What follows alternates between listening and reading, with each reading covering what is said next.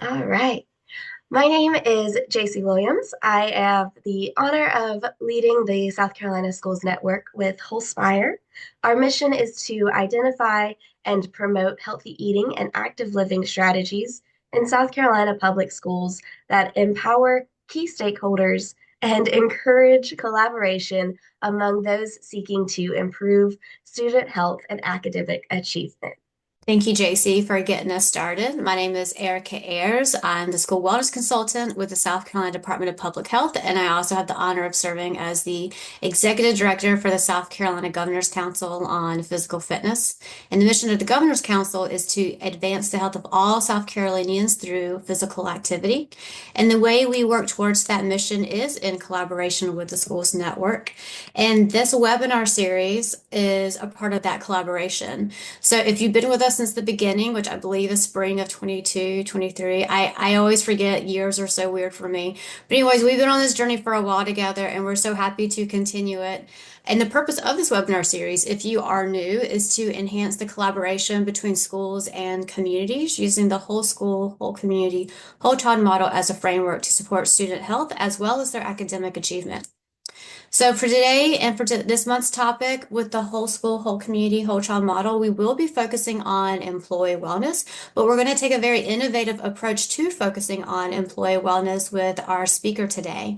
And before we do introduce our speaker, we want to first find out who y'all are. So JC is going to open up our first poll, and this is going to give us a good idea of who we are speaking with today. So if you'll take a second to complete that, please.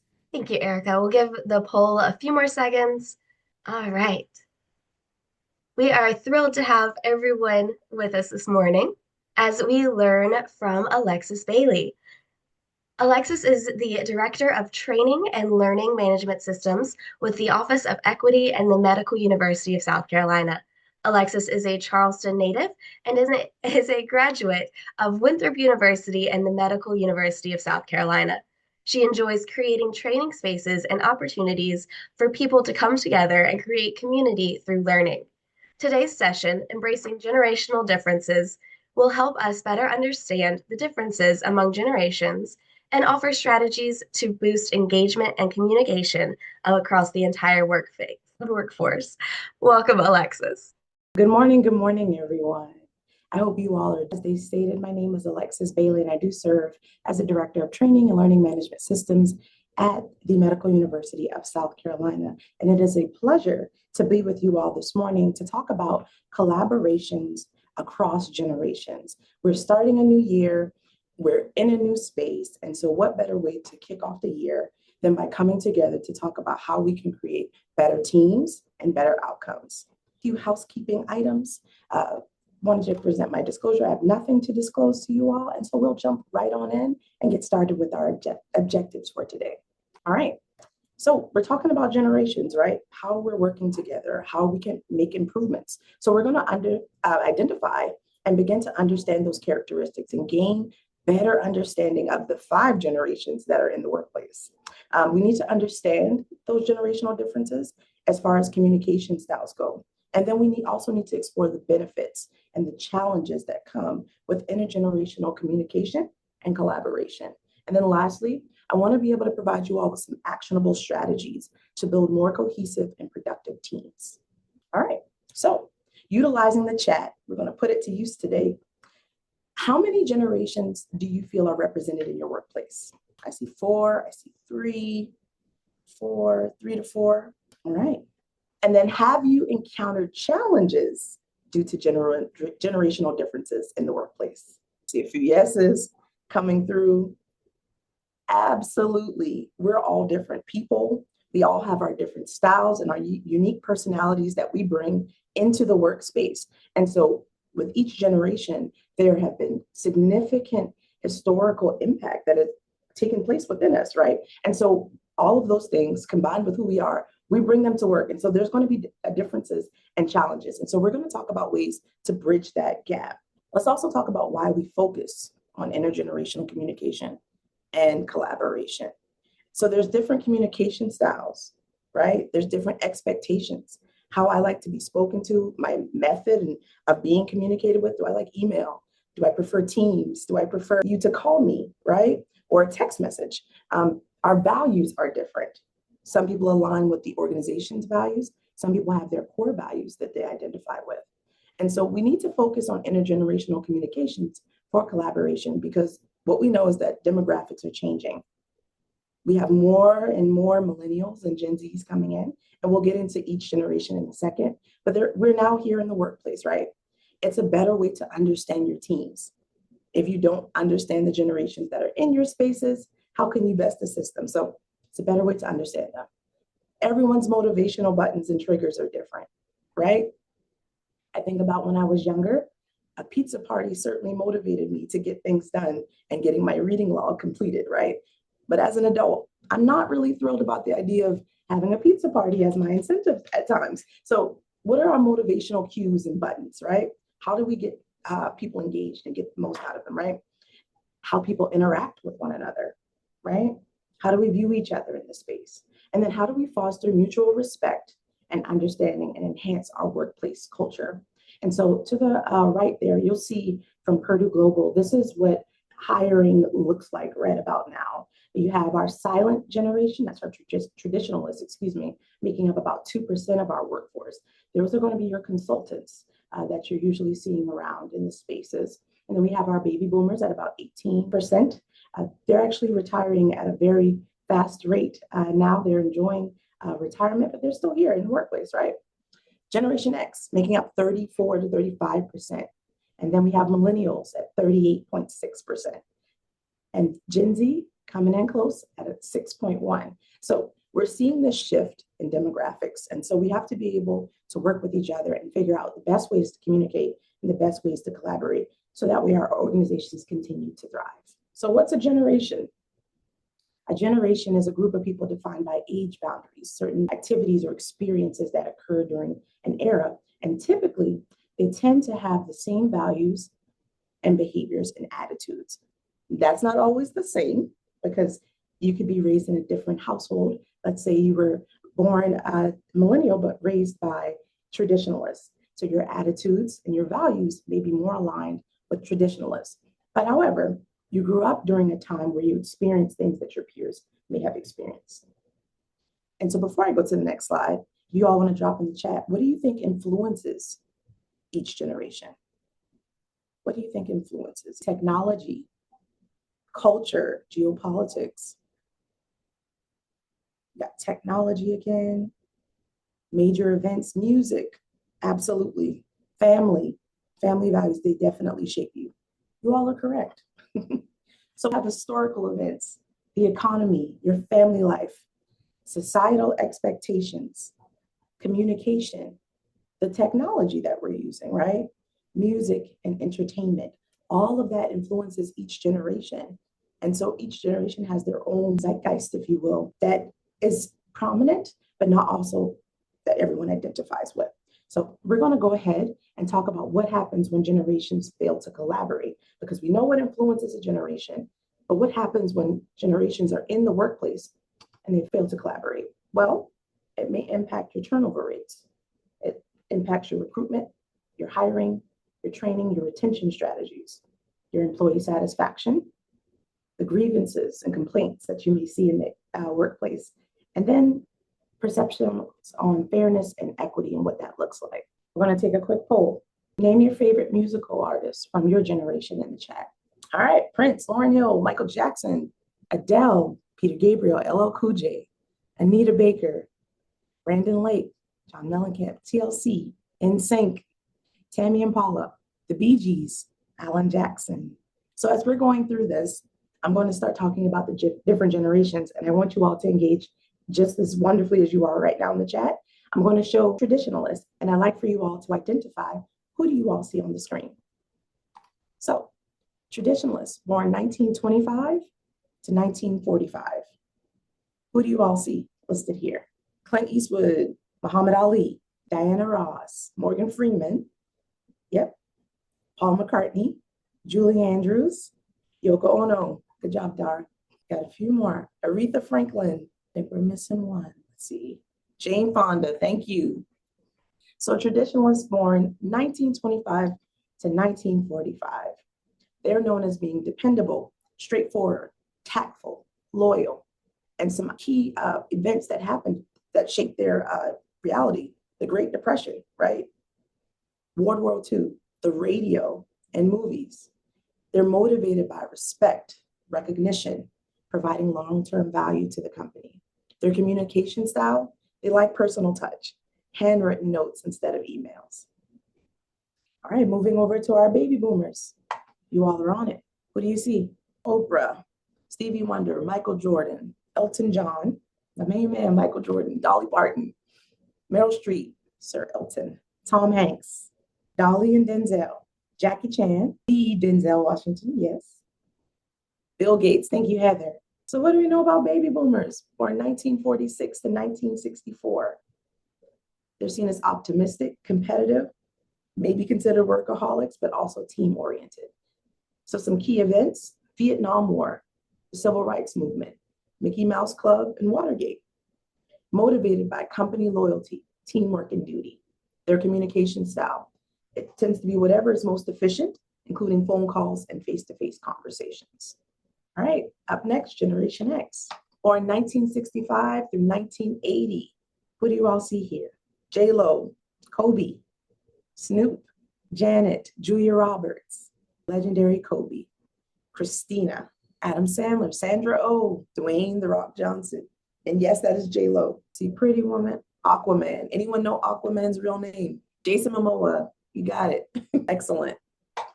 So Generation X, 1965 through 1980, seen as flexible, informal, skeptical, and independent, shaped by the AIDS epidemic, the fall of the Berlin Wall, the dot-com boom, right?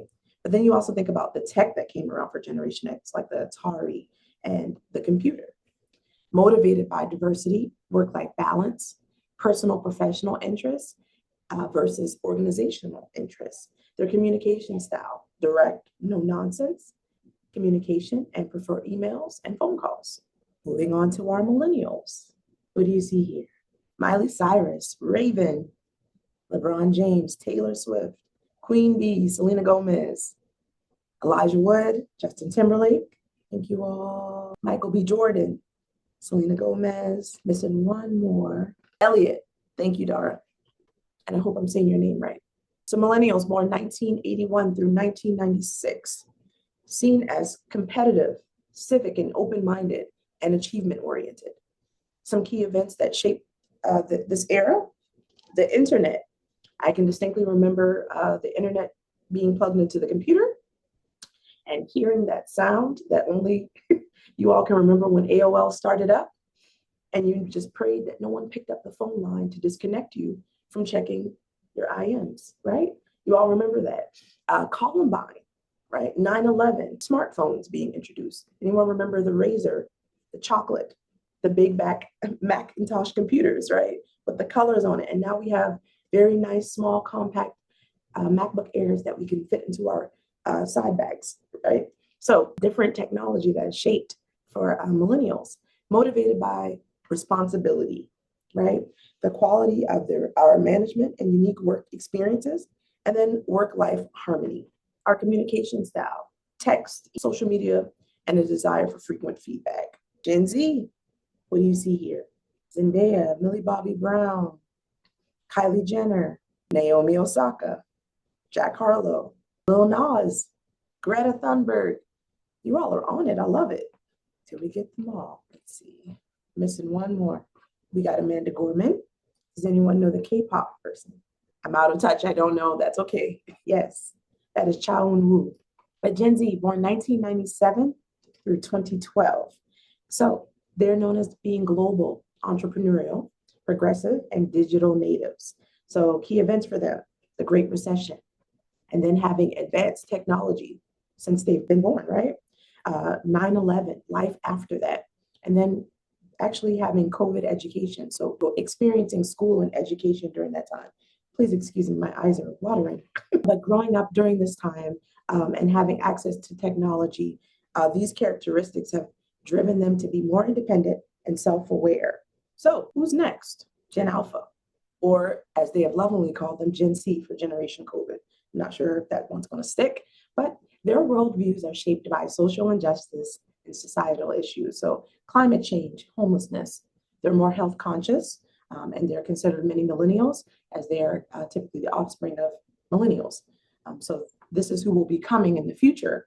So let's talk about collaborative styles. We went over the generations, talked about our what shaped them, what motivates them, and then their communication styles. Let's talk about the collaborative styles. So for traditionalists, they grew up during a time where they followed everything to the T and the letter because of a military background. So obedience over individualism is their rule of thumb, and that age equals seniority, which is very different from other generations, and we'll talk about that.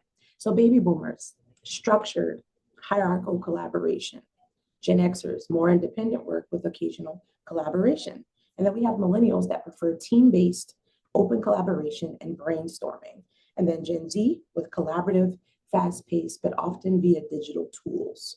So these are some things that you should keep in mind when thinking about collaboration. If you're creating teams, having someone from each generation, it might be beneficial because they all bring their own unique strengths.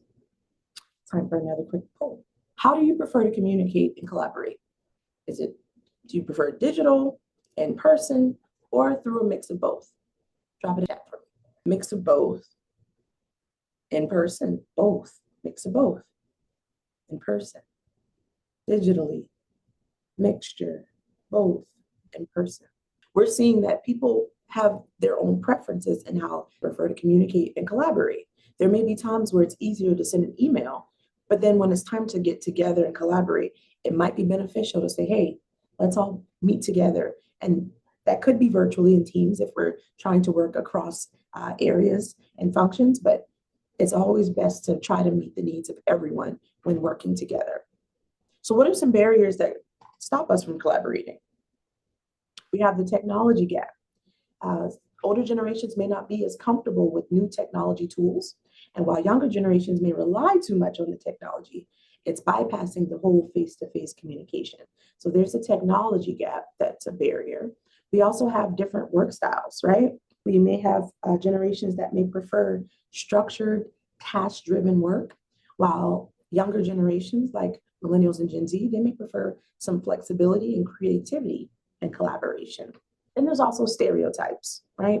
Assumptions like, well, boomers are resistant to change, or millennials and Gen Z lack work ethic.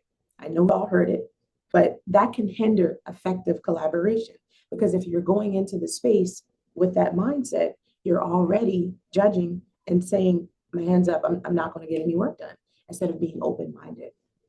And then there's generational tension. So thinking about the conflicts of expectations around feedback, work-life balance, and the communication of speed. So thinking if you're sending emails rapidly or if you're talking about it, all of that comes into play when thinking about the barriers to effective communication and collaboration. And this is often what's fueling this new generation gap. And the term generation gap was often mostly used to describe conflicts between parents and their children. But today, that gap is more present in the workplace because what we're noticing is that employees from different generations are finding it difficult to work side by side. And this is impacting the goals and expectations from their teams. Let's talk about effective strategies for communication. Understand and respect differences. Can't stress this one enough.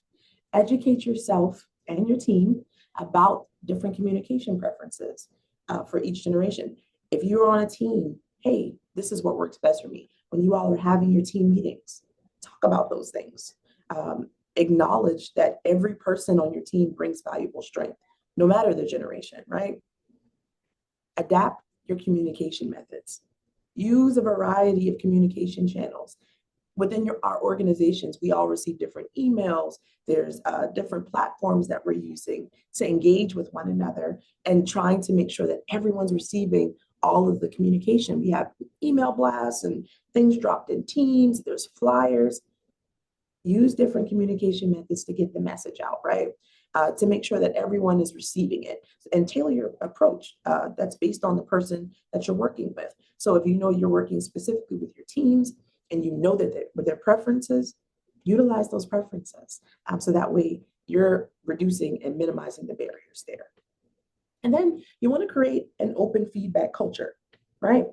Regular feedback sessions that cater to individual preferences. So whether it's written feedback or you want to give instant feedback, but tailor it and making sure that you're keeping that. Because when you encourage cross-generational mentoring, you have this exchange of knowledge, and it's a wonderful thing. You all are exchanging knowledge with me every time you put something in the chat, and I learn from you as well. Another poll. So from that, can you brainstorm one strategy that you can take back to your team and implement to foster better collaboration across generations? So one strategy you can take back to your team to implement and foster better collaboration. Be curious, use different forms of communication, ask questions to gain different perspectives. Absolutely. I always say, Lori, be curious, but we're not being nosy, right? I always say be genuinely curious about other people. You learn so much about them. Excellent. Use those different forms of communication. Absolutely. Anyone else? Never nosy. I love it. Finding common ground. Absolutely. Meeting people where they are. Exactly right. Be clear on expectations of communication. Absolutely. Do you want me to reply back? And I don't know if you all have seen the new Outlook where you can use an emoji to respond. I'm so quick to send the thumbs up to say, like, I saw this. So I recognize that you sent this. That might not work for everyone. So checking into making sure that that's a clear expectation of communication. I love an emoji. It's the millennial in me. McLean says me too. Yeah, it's efficient. It shows that I saw your email. I'm not ignoring you. I'm on it. All right. So let's talk about best practices and strategies for successful collaboration. All right. So we're going to start leveraging the tools and technology that we have. We have a wonderful set of things. We can use Google, we can use Zoom, we can use Slack, all these different ways for seamless communication. And we need to provide training. We can't just have the tools and not provide the training. So make sure that all your staff and your team members are comfortable with digital collaborations and the various platforms. Establish those clear goals and expectations. I think Meg had my notes because you have to do that, right? You want to ensure that all team members, regardless of their generation, are on the same page. You also want to foster a culture of inclusivity. Create spaces where all generations and all voices can be heard and contribute their ideas. You get more buy-in that way, right? Be flexible on your work arrangements if you can, right? Offer flexibility on these work styles to accommodate preferences. Use structured tasks, again, for certain generations where there's some people that thrive in brainstorming and big picture ideas and mind mapping. If that's their go-to, let them thrive and do it. Foster open dialogue. Create an environment where every generation feels comfortable asking questions, offering ideas, and sharing their concerns. You want to create that culture of psychological safety so people feel comfortable coming forward. And then lastly, utilize team strengths. Assign tasks based on your generational strength. Again, leveraging that experience from your older generations and then that tech expertise from your younger generations. Like I said, if you're pulling it together, all generations, you're going to have a dynamic and powerful team. So how do you ensure that you're meeting each generation's needs? You've got to start bridging that gap. So for traditionalists, you need to value the legacy that they built, right? They're leaving the workspace and they're here as consultants or they're serving as volunteers in your areas. Value the legacy that they built. Value their experience and the dedication, the time that they're putting in, and then take time to provide chances for them to build upon their skills. They say they want to learn this new technology. Give them the opportunity to do so, and then provide them with ways to get results daily if they want to do so. Communicate one-on-one with them, and then learn your corporate history, learn your organization's history, because I promise you they'll share a story with you that you're like, wow, I didn't know that.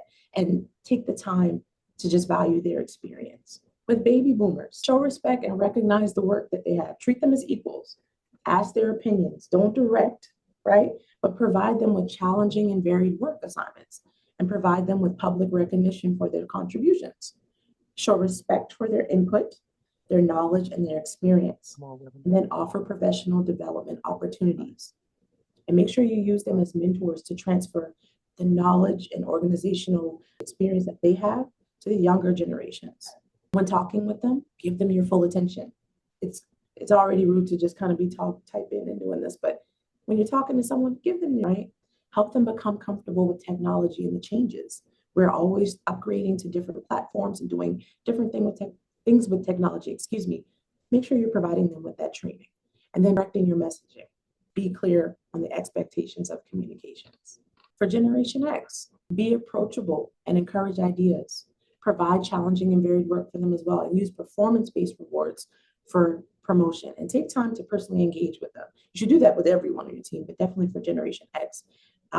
They get along with just about everyone, so it's important to make sure that you take time with them. Get to the point with them. Avoid the jargon and buzzwords, and allow them to contribute to the work that's being done. Don't micromanage them because they have their own style. They crave autonomy. And then remember to lighten up, because work is supposed to be enjoyable. Yes, we need to work to live, but we also don't live to work, right? And maintaining that two-way communication for them, making them a part of the decision-making process. For Generation Y, Millennials, challenge us, ask them for their opinions and collaboration, and encourage them to find a mentor, right? They want to really work. We want to work. So just ask our opinions, and we love to collaborate and be a part of the team. So finding a space for us is not too hard. Just if you're just asking those questions, we'll get involved. Be flexible and find ways to allow us to pursue the activities that we enjoy. Provide networking opportunities and ways to connect people with the community. We do have an affinity and respect for our silent generations and baby boomers. So allowing us to learn that cultural history of our organizations, and then provide them with timely feedback, as this generation is particularly used to getting instant feedback, instant messages, instant feedback from teachers, professors, the like. And then again, making sure that the workplace is enjoyable for all. When bridging the gap with Generation Z, provide clear, direct support and regular feedback. They are new to the workforce, so you should be making sure that you're providing proper onboarding.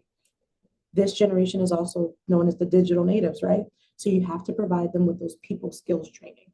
It's so important to give them that, so that way they're used to actually having one-to-one conversations. That is a soft skill that is often lost when using a lot of technology. So making sure that you're providing them with that. Providing them with stimulation through a variety of roles on the team. Allowing them to be cross-trained. They love to do that. So if they can pick up one skill set and say, hey, I actually learned that a couple of weeks ago with someone else on the team, I'm happy to hop in and help. You're including them now in the workspace in a different way. They're also highly tech savvy and comfortable with digital tools, but that doesn't mean that that's all they're capable of. So remember, they bring other gifts and strengths into the workplace as well. And then also offering flexibility. This group looks for work-life harmony in the workplace. So making sure that you're fostering inclusivity and a culture of positivity, and supporting environmental sustainability, as these are core values for Generation Z employees. So when building collaborative intergenerational workplace, these are some of the tools here that we should think about when we're resolving conflict.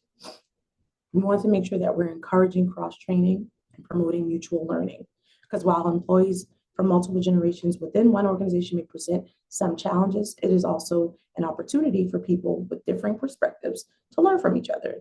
Young people have the opportunity, like no other time in history, to offer their solutions to a problem while learning from their older colleagues, and encouraging knowledge sharing between their generations in a way that highlight both traditional expertise and new ideas.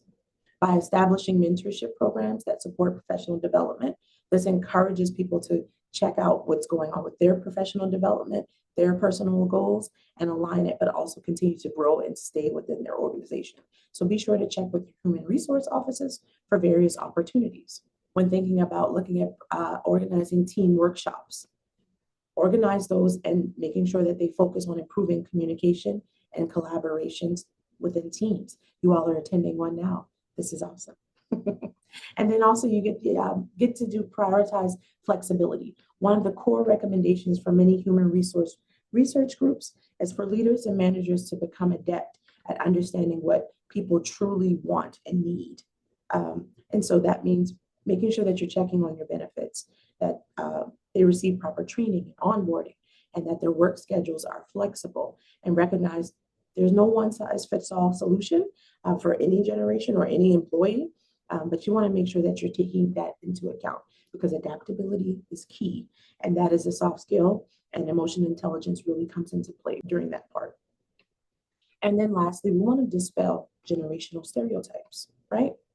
We want to dispel them. I know we talked about a few of them earlier, but we want to dispel them because while there may be some truths, they're also an incomplete picture of who we are, and it can be polarizing. And if you hold fast to those stereotypes, right, and attempt to coach employees and volunteers through that little lens, then you're putting them in a box and limiting the opportunities for innovation and productivity. To the millennials and Gen Zs on the calls, help train and teach other generations the new technology, and organizational practices. Respect the knowledge and expertise of those that came before us. Be open to learning from others. Be patient with other generations and learn the new technology as they learn the new technology. And be patient as you wait to earn your privileges in the workplace. It comes with time, with lived experience, with all of that, but be patient. I know oftentimes we feel like, well, I went to school and I should just get in and do it, but you also have to have the experience, the know-how to do some of these things. And so that's one thing that I will leave with our millennials and Gen Zers. For our traditionalists and baby boomers, embrace the technology and use it to help you to be more efficient. Respect your younger colleagues as they know a lot and just maybe not the same things as you, just a little bit different. Teach our younger generations what you know and about your lived experience. And then be open to learning from younger employees, both your Gen Xers and your millennials. To Generation X, please become the connector, the bridge builders for all these generations. You all have seen everything from analog to digital. So you're truly the bridge that connects us all. And so by learning all the generations, please enjoy being in the middle of it all. Take the reins and make as many connections as you can so you're able to mentor young colleagues and be able to be mentored by your senior colleagues. Because at the end of the day, we all are different and unique, but we all need the following. We all need to feel valued, to be significant, and to be recognized for our work and to contribute to society and to the workplace. So as I bring this to a close, I want to hear your takeaways. What did you learn about another generation that was unexpected? And what changes will you make based upon what you have learned today? Whether it's in your relationships, at work, at home, your personal, professional lives, whether it's in the work environment or the way that you communicate and collaborate. What changes will you make? I'd like to see it in the chat.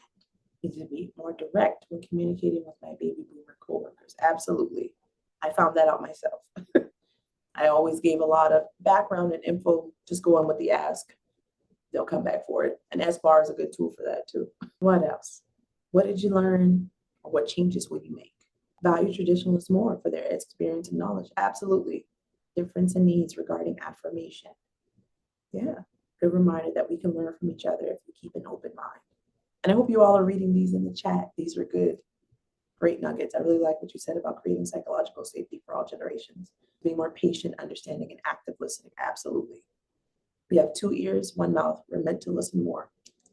A good reminder that relationship building is a soft skill sometimes needed by younger generations. Yes. And we have to provide them with those tools. Provide people skills. Training for Gen Z. Yes, absolutely. More flexible with communication. Lived experiences of traditionalists and boomers asking for their stories and learning from them. I will continue to be a bridge for communication and encouragement skills. Thank you, Karen. Zoom meetings, text, in person, etc. All the things. Gen Z's value and need for more social skills. And so the next time you bump into someone from another generation to whom you don't relate to, stop and remember that no one is right or wrong. We're just different. Thank you all for your participation. It has been a pleasure to be with you all this morning, and I hope you all have an amazing rest of your week. Thank you, Alexis. That was amazing. Erica and I were actually talking in the chat as well about how we're going to be working with the information that you're sharing. So that was wonderful. And we do have a few minutes for any questions. Alexis, Erica and I have a question. Are you comfortable slides? I will need to them, but I can send you all over a copy. Thank you. So we'll share that as well as the webinar recording because these are great points to utilize in everyone's work. Yeah, thank you, Alexis. JC and I say this at the end of every webinar. And I mean, it's always very genuine and authentic because I'm a millennial and that's where I come from, right? But we always learn something new. And I just appreciate that this one was a little bit different than what we typically provide. We're usually very focused on a very education student specific area. And we heard from folks that this was something that was needed. And so we're so thankful that McLean with our planning group was able to connect us with you. And you were able to provide this training to us external of MUSC. So just thank you again for taking the time to do this. And like JC said, this is going to be very helpful professionally. JC, I'm also thinking about how this is really good for our Scafer membership because I know our Scafer membership includes every single one of those categories of generations. So this is definitely something that we can take back to our Scafer board as well. And then also thinking about how this impacts our professional lives, whether it's us communicating with our family or our neighbors, or anyone we interact with in our community to build that bigger, stronger sense of community. So again, thank you, Alexis, so much. And like JC said, we will have the slides out to y'all, as well as the recording for today's webinar. And so if you have folks who you think would benefit from hearing this information and they didn't get the chance to be here today, it will be on wholespire.org's webpage. So you'll be able to find it later. And then also, if you are interested in receiving a certificate of completion for today, make sure you fill out the survey that JC will be sharing with you soon. And then in addition, this is kicking off our spring series for the year. So our first webinar for 2025. So again, thank you, Alexis. And then you're going to see the dates and times for the rest of our webinar series for the spring. So our next one in February on the 19th is going to be focused on health education. And we're going to have the Special Olympics of South Carolina sharing their inclusive health training topics. So if you know folks who would benefit from hearing this information, please make sure that you share this out with them. And you can register now today at wholespire.org. And there will be a more detailed flyer going out in the next week as well. So be on the lookout for that. And with that, we're going to wrap it up a little bit early today. So Alexis, thank you for giving us some time back in our morning. I know that's something that we can all appreciate. I know I'm going to personally go take a very cold, chilly walk. So I hope the rest of y'all get the to maybe squeeze in some extra activity for you today as well. And then with that, just a big thanks again to JC and then McLean and Juanita, who also help us plan these webinars. And a big thanks to you again, Alexis.